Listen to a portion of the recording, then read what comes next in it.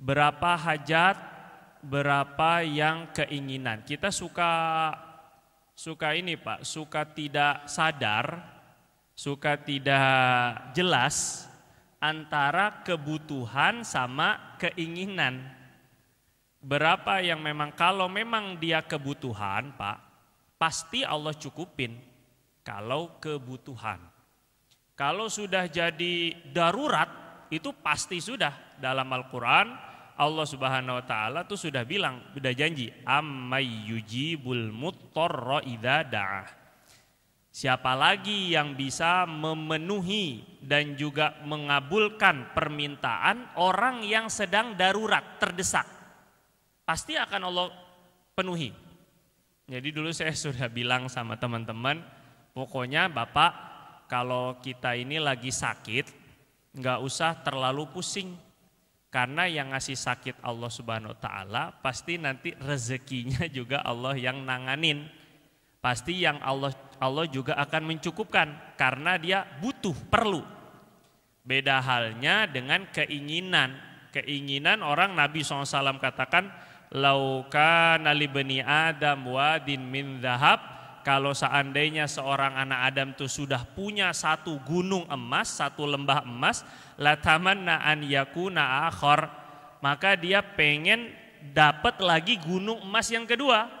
Wala yamla jaufa bani Adam illa turab. Enggak ada yang bisa mencukupkan mulutnya manusia, perutnya manusia, kecuali tanah. Enggak ada yang bisa memenuhi keinginan manusia kecuali apa Pak? Nah ini maksudnya kecuali mati. Maksudnya masuk tanah baru enggak ada keinginannya udah. Keinginan itu pengen amal gitu. Kalau boleh itu roja'na, tolong irji'na na'mal salihah, kembalikan kami sebentar aja. Pasti kami bakal sholat. Pasti kami bakal sodako, pasti kami bakal ngaji. Itu aja keinginannya itu. Tapi keinginan duniawinya udah nggak ada Pak. Sampai mati itu. Orang tuh udah tua, fisiknya udah lemah, tapi namanya dunia mah hidup, tetap muda. Apalagi urusan kawin lagi itu muda lagi itu pasti ini kan. Mau dia udah tua juga tetap aja masih muda atas bawah ini kan. La ilaha illallah. Maka ini yang perlu disadari. Ketika kita sudah bisa membedakan mana yang butuh, mana yang perlu buat diri, termasuk ini Pak, kebutuhan itu adalah termasuk cicilan dan utang piutang. Itu juga kebutuhan. Jadi itu harus dimasukkan dulu. Ini kadang kita diajarin, sering sekali diajarin di sekolah, ya kan Pak, mengenai cara mencari duit. Semua sekolah-sekolah itu tujuannya biar bisa kerja.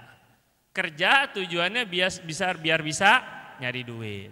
Diajarin dagang pun juga biar bisa nyari duit. Tapi suka lupa diajarkan mengelola duit atau mengelola rezeki. Membedakan mana yang hajah, mana yang hanya keinginan atau roghbah, keinginan aja.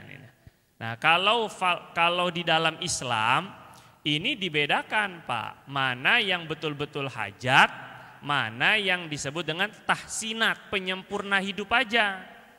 Nah kalau yang memang dia adalah hajat harus dipenuhi terlebih dahulu. Nabi bilang ibda binafsika, mulai kalau kamu dapat rezeki mulai diri kamu sendiri. Artinya hajat, keperluan diri kamu.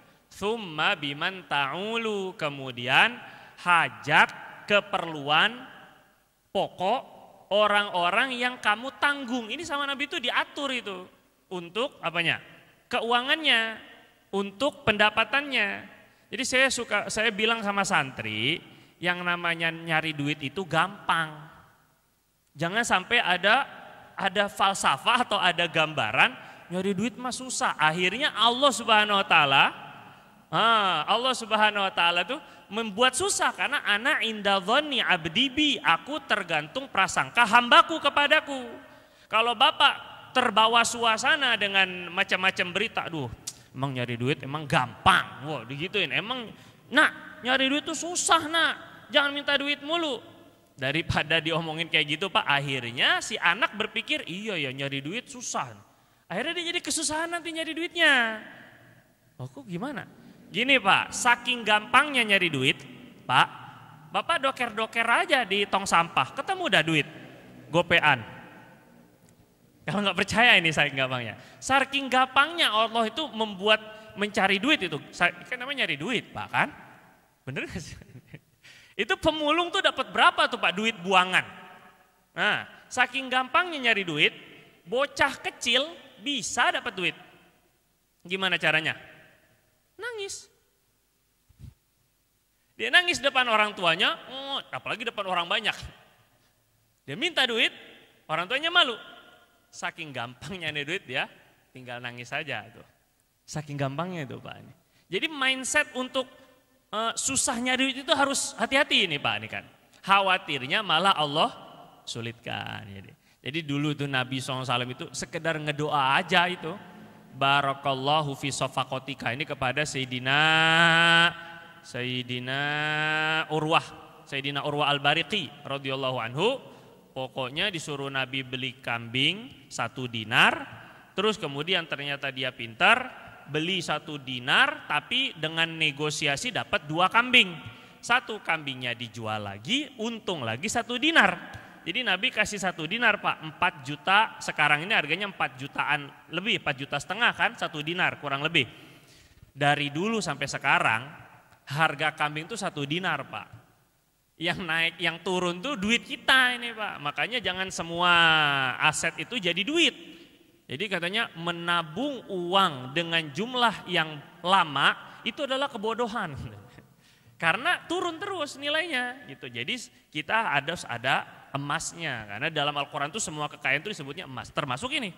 Akhirnya Sayyidina Urwah beli 2 kambing, 1 kambingnya dijual lagi. Dapat 1 dinar plus 1 kambing. Hebatnya ini kan. Datang kepada Nabi, Nabi senang. Ya gimana nggak senang, Pak, orang dibikin untung 2 kali lipat. Sama Nabi didoakan, barakallahu fi sofakotika. Berkah ya, berkah. Gitu doang Nabi bilang. Berkah ya, ente punya akad nanti ente berkah. Jadi kata Sayyidina Urwah, semenjak didoain Nabi tuh, saya kalau dagang sebiji jarum itu bisa untung berkali-kali lipat. Saking hanya didoain Nabi tuh, berkah ya, berkah. Itu aja katanya. Tapi yang saya mau tekankan itu adalah jangan berpikir sulit untuk urusan dunia gitu loh maksudnya. Gampang dulu. Biar Allah Subhanahu wa taala mudahkan. Gitu Pak ya. Nah, untuk mencari duit caranya macam-macam. Yang jadi masalah adalah pengelolaan keuangan. Di sini kita banyak ancur-ancurannya gitu kadang kan. Nggak tahan jajan, nggak tahan beli ini itu, nggak tahan pay later ataupun cicilan. Itu akhirnya ancur-ancuran padahal kalau sekedar kebutuhan selama belum mati itu sudah dijamin sama Allah. Kalau sekedar kebutuhan ya Pak ya. Nah makanya nanti ini prakteknya lah sama-sama, bukan berarti saya ini pandai keuangan dah juga Pak ya. Tapi ini sama-sama di dalam Islam itu harus dibedakan mana hajat, mana keinginan. Nah yang lebih dari keinginan itu diinfakkan. Bapak tahu nggak infak itu artinya belanja. Bapak jangan kaget dulu ini ya. Infak bahasa Arab itu artinya menghabiskan. Jadi tidak mesti bentuknya itu sedekah. Tidak mesti. Kalau misalnya Bapak ini ngelihat ada orang jualan bakso, situ ada jualan es, gitu kan Pak. Terus Bapak, ini kalau saya nggak beli nih, padahal Bapak lapar emang sih. Cuma nggak apa-apa, diniatkan itu untuk infak. Kan lebih baik daripada dia minta-minta. Lebih baik kita membantunya dengan membelinya. Nah, kita lebih kurang kan. Itu juga menginfakkan namanya Pak. Jadi Bapak bisa makin pahala juga, makin Allah tambahkan rezeki juga. Kalau belanjanya itu punya ilmu. Jajannya Bapak itu bisa dapat berkali lipat kalau punya kesadaran tadi. Kesadarannya ini infak itu artinya menghabiskan. Makanya ada dalam Al-Quran itu wa anfiqu fi sabilillah, dan habiskanlah harta kalian di jalan Allah. Itu bukan berarti hanya sekedar perang, bukan sekedar masjid, bukan sekedar pesantren, bukan. Pokoknya selama itu jalan yang halal itu fisabilillah. Selama itu jalan kebaikan, bayar SPP anak sekolah, Pak. Apa itu bukan infak? Itu infak. Makanya infak dengan nafkah itu satu akar kata. Nafkah, nafakoh kepada keluarga itu juga infak fisabilillah. Juga sama infak juga menghabiskan harta. Yang penting jangan dipakai buat maksiat gitu loh. Selama itu mubah, Bapak bisa niatkan itu. Ibu bisa niatkan, wah saya kalau gitu belanja terus dong. Ya silakan aja, asal kebutuhan dengan apa tadi? Keinginan itu dibedakan. Nah, jadi mana yang berlebih, terus kemudian kita udah memang punya hajat, yang lebihnya itu kita infakkan. Wah, gitu loh caranya.